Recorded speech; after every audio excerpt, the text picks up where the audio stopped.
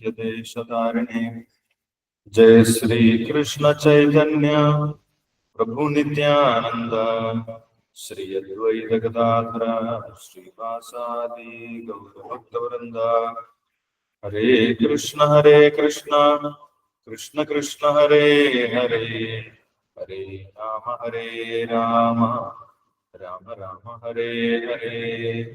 ओम नमो भगवते वासुदेवाय ओम नमो भगवते वासुदेवाय ओम नमो भगवते वासुदेवाय। निगमकल्पतरोर्गलितं फलं शुकमुखात् अमृतद्रवसंयुतं पिबता भागवतं रसमाले मुहुरहो रसिका भुवि भावुकाः। नारायणं नमस्कृत्यं नरं चैव नरोत्तमं देवीं सरस्वतीं व्यासं ततो जयमुदीरयेत्। नष्टप्रायेषु भद्रेषु नित्यं भागवत सेवया भगवती उत्तमश्लोके भक्तिर्भवति नष्टिकीम्। कृष्णाय वासुदेवाय देवकी नंदनाय च नन्दगोपकुमाराय गोविन्दाय नमो नमः। हरे कृष्ण। ശ്രീമദ്ഭാഗവതം ചതുർത്ഥ സ്കന്ധം 17ാമത്തെ അധ്യായം. പൃഥു മഹാരാജാവ് ഭൂമിയോട് കോപിക്കുന്നു. ശ്ലോകം 19 മുതൽ 23 വരെ വായിക്കാം. സത്തം ജിഘാംസസേ കസ്മാത് ദീനാം അകൃതകിൽബിഷാം അഹനിഷ്യത് കഥം യോഷാം ധർമ്മജ്ഞാ ഇതി യോ മതഃ പ്രഹരന്തി ന വൈ സ്ത്രീഷു കൃതാദസ്വഭിജന്തവഃ കിമു തദ്വിഭാരാജൻ കരുണാദീനവത്സലാഃ മാം വിപാഠ്യ ചരാന്നാവം യത്ര വിശ്വം പ്രതിഷ്ഠിതം ആത്മാനം ച പ്രജാശ്ചേമ കഥമം ഹസി ധാസ്യസി. പൃഥുരുവാച വസുധേ ത്വാം വദിഷ്യാമി മച്ഛാസനപരാന്മുഖീ ഭാഗം ബർഹിഷ്യാ വൃന്ദേ ന തനോതി ച നോ വസു. യവസം ജഗ്ധ്യനുദിനം നൈവ ദോഭ്യോദസംഭയഃ തസ്യാമേവം ഹി ദുഷ്ടായാം ദണ്ഡോ നാത്ര ന ശസ്യതേ. വിവർത്തനം വായിച്ചോളൂ. ഹരേ കൃഷ്ണ പ്രഭുജി. ഹരേ കൃഷ്ണ. ബിജു പ്രഭുജി വായിച്ചോളൂ. ഹരേ കൃഷ്ണ. ഓം നമോ ഭഗവതേ വാസുദേവായ. ഓം നമോ ഭഗവതേ വാസുദേവായ. ഓം നമോ ഭഗവതേ വാസുദേവായ. ശ്രീമദ് ഭാഗവതം സ്കന്ധം 4 അധ്യായം 17. പൃഥു മഹാരാജാവ് ഭൂമിയോട് കോപിക്കുന്നു. ശ്ലോകം 19. സത്വം ജിങ്കാസസേ കസ്മാത് ദീനമകൃത കിൽബിഷാം അഹനിഷ്യത് കഥം യോഷാം ധർമ്മജ്ഞ ഇതി യോ മതഃ. പശുവിന്റെ രൂപത്തിലുള്ള ഭൂമി രാജാവിനോട് അഭ്യർത്ഥന തുടർന്നു. ഞാൻ വളരെ പാവവും ഒരു പാവപ്രവൃത്തിയും ചെയ്തിട്ടില്ലാത്തവളുമാണ്. അങ്ങ് എന്തിനാണ് എന്നെ വധിക്കാൻ തുനിയുന്നതെന്ന് എനിക്കറിയില്ല. എല്ലാ ധർമ്മതത്വങ്ങളും അറിയുന്നവനെന്ന് കരുതപ്പെടുന്ന അങ്ങ് എന്തുകൊണ്ടാണ് എന്നോട് ഇത്രയ്ക്ക് ദേഷ്യം കൊള്ളുന്നത്? എന്തിനാണ് എന്നെ വധിക്കാൻ തത്രപ്പെടുന്നത്? ശ്ലോകം 20. പ്രഹരന്തി ന വൈ സ്ത്രീഷു കൃതാഗസ്വപി ചന്ദവി കിമുദാത്വദിൻ രാജൻ കരുണാദീന വത്സലഃ. വിവർത്തനം. ഒരു സ്ത്രീ എന്തെങ്കിലും പാപകർമ്മം ചെയ്താൽ പോലും ഒരുവനും അവളുടെ മേൽ കൈവച്ചുകൂടാ. ആ സ്ഥിതിക്ക് അങ്ങയെക്കുറിച്ച് എന്തു പറയാൻ? കരുണയുള്ളവനായ പ്രിയപ്പെട്ട രാജാവേ, അങ്ങ് സംരക്ഷകനും പാവങ്ങളോട് കാരുണ്യമുള്ളവനുമാണ്. മാം വിപാട്യാചരം നാവം എത്ര വിശ്വം പ്രതിഷ്ഠിതം ആത്മാനം ച പ്രദാശ്രമാഃ കഥമം ഭസി ദാസ്യസി. വിവർത്തനം. ഗൗരവപീണിയായ ഭൂമി തുടർന്നു. എൻ്റെ പ്രിയപ്പെട്ട രാജാവേ, ഞാൻ ശക്തിയുള്ള വള്ളം പോലെയാണ്. ലോകത്തിലെ സകല സാമഗ്രികളും എൻ്റെ മേലാണ് നിൽക്കുന്നത്. അങ്ങ് എന്നെ ഖണ്ഡങ്ങളാക്കിയാൽ അങ്ങ് സ്വയവും അങ്ങയുടെ പ്രജകളെയും മുങ്ങിത്താഴാതെ എങ്ങനെ രക്ഷിക്കും? പൃഥുരുവാച വസുദേ ത്വാം വദിഷ്യാമി മച്ഛാസനപരാമുഖീം ഭാഗം ബർഹിഷിയാ വ്യക്തനോതി ച നോ വസു. ഋതുരാജാവ് ഭൂഗ്രഹത്തോട് മറുപടി പറഞ്ഞു, എൻ്റെ പ്രിയപ്പെട്ട ഭൂമി, നീ എൻ്റെ ഉത്തരവുകൾ അനുസരിച്ചില്ല. ഞങ്ങൾ നടത്തിയ യജ്ഞങ്ങളുടെ എല്ലാം വിഹിതങ്ങൾ ഒരു ദേവതയുടെ രൂപത്തിൽ നീ സ്വീകരിച്ചു. പക്ഷേ അതിനുള്ള പ്രതിഫലമായി നീ ആവശ്യത്തിന് ഭക്ഷ്യധാന്യങ്ങൾ ഉൽപ്പാദിപ്പിച്ചില്ല. അതിനാൽ എനിക്ക് നിന്നെ വധിച്ചേ തീരൂ. യവസം ജഗത്യ ദിനം നൈവ ദോക്തൗതസംപയഃ തസ്യാമേവം ഹി തുഷ്ടായാം ദണ്ഡോ നാത്ര നശ്യസ്യതേ. നീ എല്ലാ ദിവസവും പച്ചപ്പുല്ല് തിന്നുന്നുണ്ടെങ്കിലും ഞങ്ങൾക്ക് ഉപയോഗിക്കാനുള്ള പാൽ നിന്റെ അകിട്ടിൽ നിറയുന്നില്ല. നീ മനഃപൂർവ്വം തെറ്റു ചെയ്തതിനാൽ പശുവിന് രൂപമെടുത്തതുകൊണ്ട് ശിക്ഷാർഹയല്ലെന്ന് പറയാൻ കഴിയില്ല. ഹരേ കൃഷ്ണ. ഹരേ കൃഷ്ണ പ്രഭുജി.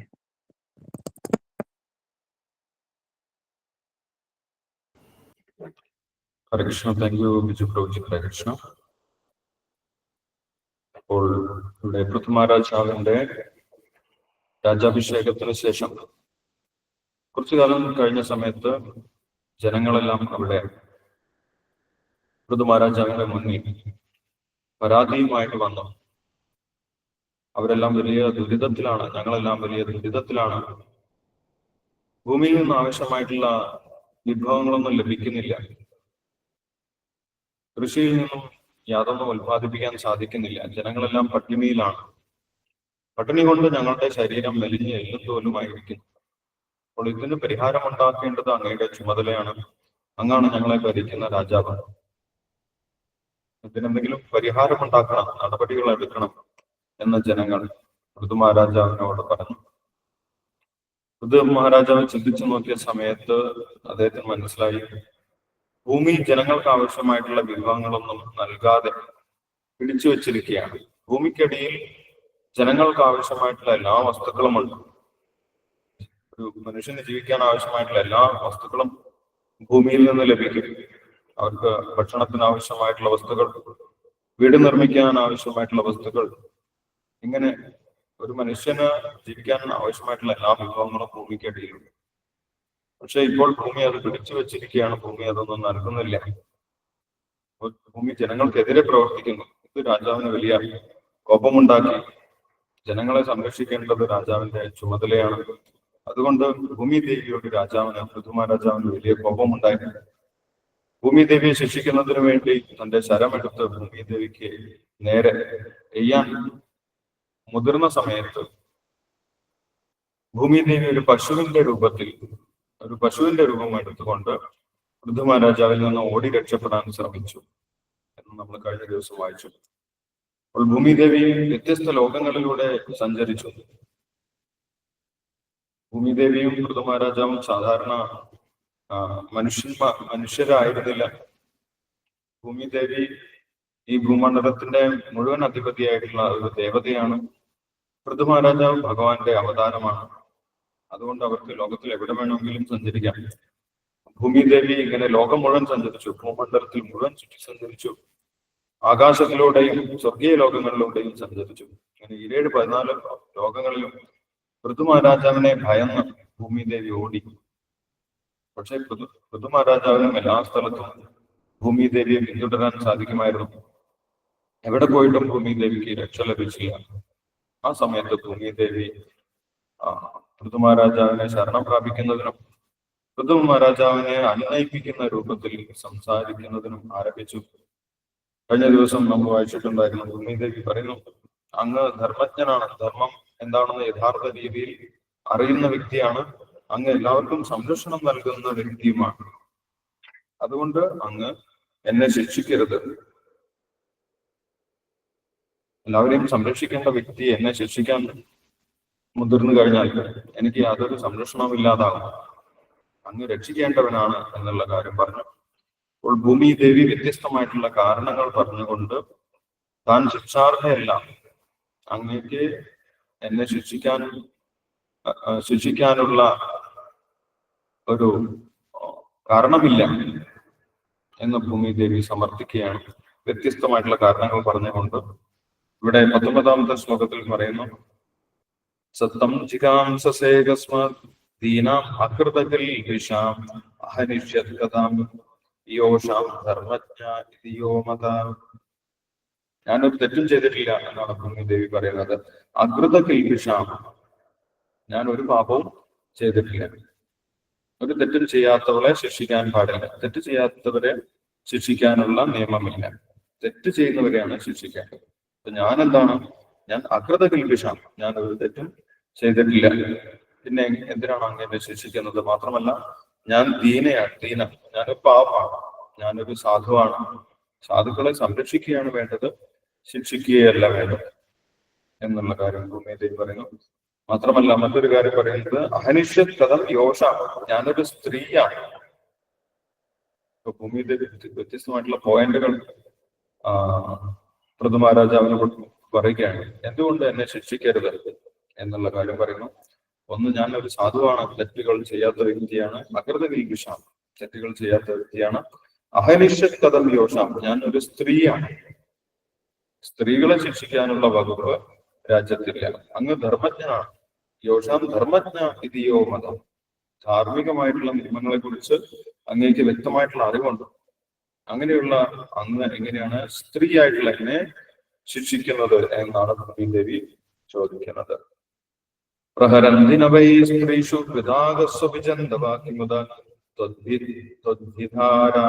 കരുണാദീനവത്സല. സ്ത്രീകളെ വൈദിക സംസ്കാരത്തിൽ അവരെന്തെങ്കിലും തെറ്റ് ചെയ്തിട്ടുണ്ടെങ്കിൽ പോലും ശിക്ഷിക്കാറില്ല. വൈദിക സംസ്കാരം അനുസരിച്ച് സ്ത്രീകൾ, കുട്ടികൾ, ബ്രാഹ്മണന്മാർ, വൃദ്ധന്മാർ, ബ്രാഹ്മണന്മാർ ഇവരെ ശിക്ഷിക്കാൻ പാടില്ല. ഇവരൊക്കെ സംരക്ഷിക്കപ്പെടേണ്ടവരാണ്.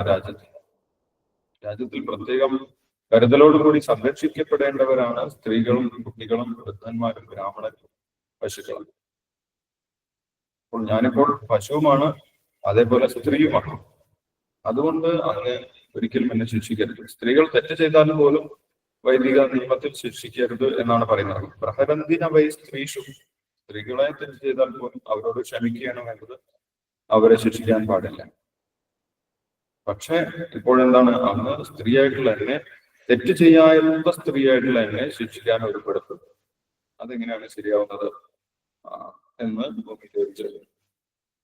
ഇനി അടുത്ത ശ്ലോകത്തിൽ ഭൂമിദേവി പറയുന്നത് ഭൂമിദേവിയെ ശിക്ഷിച്ചാലുണ്ടാകുന്ന വിപത്തിനെ കുറിച്ചാണ്. അത് അങ്ങേക്ക് തന്നെ അപകടമാണ്, അങ്ങയുടെ ജനങ്ങൾക്കും അപകടമാണ്. ഭൂമിദേവിക്ക് എന്തെങ്കിലും അപകടം ഉണ്ടായി കഴിഞ്ഞാൽ, ഭൂമിയിലാണ് എല്ലാവരും ജീവിക്കുന്നത്. ഭൂമി എന്ന് പറയുന്നത് നമ്മൾ ജീവിക്കുന്ന ഗ്രഹം മാത്രമല്ല, മുഴുവൻ ഭൂമണ്ഡലത്തിന്റെയും ദേവിയാണ് ഇവിടെ ഭൂമിദേവി. അപ്പോൾ ആ ഭൂമണ്ഡലം നിൽക്കുന്നത് എവിടെയാണ് എന്നിവിടെ സൂചിപ്പിക്കുന്നുണ്ട് 21-ാമത്തെ ശ്ലോകത്തിൽ. മാം വിഭാടജരാം നാവം എത്ര വിശ്വം പ്രതിഷ്ഠിതം. നാവം എന്ന് പറഞ്ഞു കഴിഞ്ഞാൽ തോണി. ഒരു തോണി നിൽക്കുന്നത് പോലെയാണ് ഈ മുഴുവൻ ഭൂമണ്ഡലം നിൽക്കുന്നത്.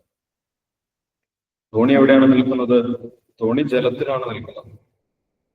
അപ്പോൾ ഇപ്പോൾ ഭൂമിദേവി പറയാണ് ഈ മുഴുവൻ ഭൂമണ്ഡലം നിൽക്കുന്നത് ജലത്തിലാണ്. നമ്മൾ 5-ാമത്തെ സ്കന്ധം വായിക്കുമ്പോൾ മനസ്സിലാവും, ഭൂമണ്ഡലം ജലത്തിലാണ് നിൽക്കുന്നത്. അതായത് ഗർഭോദക സമുദ്രത്തിന്റെ മുകളിൽ ആണ് മുഴുവൻ ഭൂമണ്ഡലം നിൽക്കുന്നത്. നമ്മുടെ ഭൂമിയല്ല, ഭൂമണ്ഡലം മുഴുവൻ നിൽക്കുന്നത്. അപ്പോൾ ആ ഭൂമണ്ഡലത്തിന് അപകടം ഉണ്ടായി കഴിഞ്ഞാൽ, ഭൂമണ്ഡലം നശിച്ചു കഴിഞ്ഞാൽ, ആ ഭൂമണ്ഡലം താഴോട്ട് വെള്ളത്തിലേക്ക്, ഗർഭോദക സമുദ്രത്തിലേക്ക് മുങ്ങിപ്പോകും. അതെല്ലാ ജീവജാലങ്ങൾക്കും വലിയ അപകടം ഉണ്ടാക്കുന്നതാണ്. അവർക്ക് നിൽക്കാൻ സ്ഥലമില്ലാത്ത അവസ്ഥ വരും. അവര് ഗർഭോദക സമുദ്രത്തിൽ മുങ്ങിപ്പോകും. അവരുടെ ജീവനെ തന്നെ അത് വലിയ ഭീഷണിയാണ്. അതുകൊണ്ട് പൃഥു മഹാരാജാവ് ഭൂമിദേവിയെ ശിക്ഷിക്കരുത്, എന്നെ ശിക്ഷിക്കരുത് എന്നാണ് ഇവിടെ ഭൂമിദേവി പറയുന്നത്. അപ്പോൾ വ്യത്യസ്തമായിട്ടുള്ള കാരണങ്ങൾ ഭൂമിദേവി ഇവിടെ നിരത്തുന്നുണ്ട്. ഒന്ന്, ഞാൻ തെറ്റുകളൊന്നും ചെയ്തിട്ടില്ല, ഞാൻ പശുവിന്റെ രൂപത്തിൽ വന്നിട്ടുള്ള വ്യക്തിയാണ്, ഞാൻ സ്ത്രീയുമാണ്.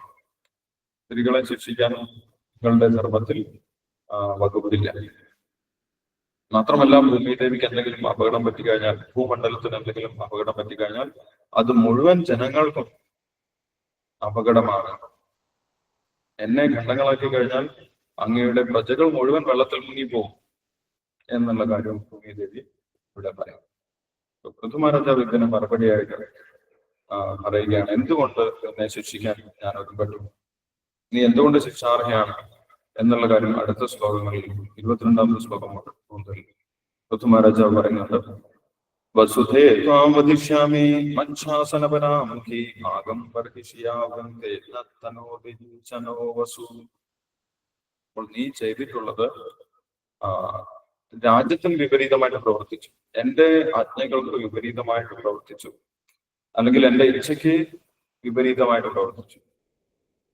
അപ്പൊ രാജ്യത്തിന് വിപരീതമായിട്ട് നീ പ്രവർത്തിച്ചിട്ടുണ്ട്. രാജ്യദ്രോഹ കുറ്റമാണ് നീ ചെയ്തിട്ടുള്ളത്. കാരണം എന്താണ്? ഞങ്ങൾ നടത്തിയ യജ്ഞത്തിന്റെ വിഹിതമൊക്കെ നീ സ്വീകരിച്ചിട്ടുണ്ട്. ജനങ്ങൾ ഭഗവാനെ തൃപ്തിപ്പെടുത്തുന്നതിന് വേണ്ടി യജ്ഞം ചെയ്ത സമയത്ത് നീ ദേവതയുടെ രൂപത്തിൽ വന്ന് യജ്ഞശിഷ്ടം സ്വീകരിച്ചു, നിന്റെ വിഹിതം സ്വീകരിച്ചു. പക്ഷെ നീ നിന്റെ ഉത്തരവാദിത്തം ചെയ്തിട്ടില്ല. ദേവന്മാർക്കും ജനങ്ങളോട് യജ്ഞം ചെയ്യുന്നവരോട് പ്രത്യേകിച്ച് ഉത്തരവാദിത്തമാണ്. ഭഗവത്ഗീതയിൽ നമ്മൾ വായിക്കുന്നുണ്ട് 3-ാമത്തെ അധ്യായത്തിൽ. ഇഷ്ടാൻ ഭോഗാൻ വിഭോ ദേവാൻ ദാസ്യന്റെ യജ്ഞഭാവിത. യജ്ഞം ചെയ്യുന്ന സമയത്ത് ദേവന്മാർക്ക് യജ്ഞവിഹിതം ലഭിക്കും, അവർക്ക് വലിയ സന്തോഷമാണ്. അങ്ങനെ സന്തോഷിക്കുന്ന അവർ ആ യജ്ഞം ചെയ്യുന്ന ജനങ്ങൾക്ക് ആവശ്യമായിട്ടുള്ള എന്ത് വസ്തുവും നൽകും. അവരുടെ ജീവിതത്തിന് ആവശ്യമായിട്ടുള്ള പ്രകൃതിയിലെ വസ്തുക്കളെല്ലാം അവർക്ക് നൽകും. ശുദ്ധമായിട്ടുള്ള ജലം, ശുദ്ധമായിട്ടുള്ള വായു, ശുദ്ധമായിട്ടുള്ള ഭക്ഷണം, ശുദ്ധമായിട്ടുള്ള താമസിക്കാനുള്ള പരിസരം, ഇതെല്ലാം നൽകും. ഇത് ദേവന്റെ ചുമതലയാണ്. യജ്ഞവീതം സ്വീകരിക്കുക മാത്രമല്ല, ജനങ്ങൾക്ക് ജീവിത സൗകര്യങ്ങൾ ഒരുക്കുക എന്നുള്ളത് ദേവന്മാരുടെ ചുമതലയാണ്. അപ്പോൾ നീ യജ്ഞവിധം സ്വീകരിച്ചു ദേവതയുടെ രൂപത്തിൽ വന്ന്, പക്ഷെ നീ ജനങ്ങൾക്ക് ആവശ്യമായിട്ടുള്ള സൗകര്യങ്ങളൊന്നും തിരിച്ചു നൽകിയില്ല. അത് രാജ്യത്തിന് വിപരീതമായിട്ടുള്ള പ്രവർത്തനമാണ്, അല്ലെങ്കിൽ ധർമ്മത്തിന് വിപരീതമായിട്ടുള്ള പ്രവർത്തനമാണ്. അതുകൊണ്ട് നീ തീർച്ചയായിട്ടും ശിക്ഷാർഹയാണ്.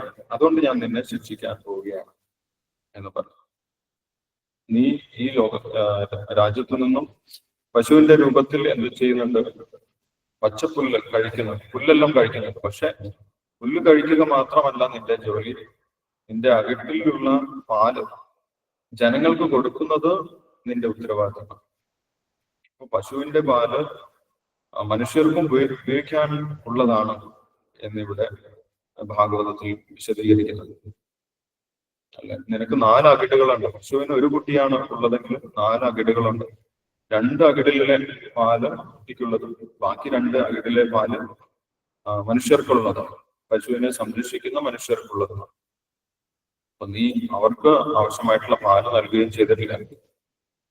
മനുഷ്യർക്ക് അത്യാവശ്യമായിട്ടുള്ള ഒരു ഭക്ഷണമാണ് പാൽ. അവരുടെ ബുദ്ധി സാത്വിക ഗുണത്തിലേക്ക് വരുന്നതിനും സാത്വികമായിട്ട് ആത്മീയമായിട്ട് ഉയരുന്നതിനും അവർക്ക് പാല് ഭക്ഷണമായിട്ട് സ്വീകരിക്കേണ്ടത് അത്യാവശ്യമാണ്. അവരോടുമായി നീ സഹകരിക്കുന്നില്ല. അതാണ് നീ ചെയ്തിട്ടുള്ളത്. അതുകൊണ്ട് നീ ശിക്ഷാർഹയാണ് എന്നിവിടെ പൃഥു മഹാരാജാവ് എടുത്തു പറയുകയാണ്. ഇനിയും വ്യത്യസ്തമായിട്ടുള്ള കാരണങ്ങൾ പൃഥു മഹാരാജാവ് പറയുന്നുണ്ട്. അതിന് മറുപടി ഭൂമി ദേവി നൽകുകയും ചെയ്യുന്നുണ്ട്. നമുക്ക് അടുത്ത ദിവസങ്ങളിൽ വായിക്കാം. നമുക്ക് നാമജപം തുടരാം. ഹരേ കൃഷ്ണ. ഹരേ കൃഷ്ണ. ജയ ശ്രീകൃഷ്ണ ചൈതന്യ പ്രഭു നിത്യാനന്ദ ശ്രീ അദ്വൈത ഗദാധര ശ്രീ വാസാദി ഗൗരി ഭക്തവൃന്ദ. ഹരേ കൃഷ്ണ ഹരേ കൃഷ്ണ കൃഷ്ണ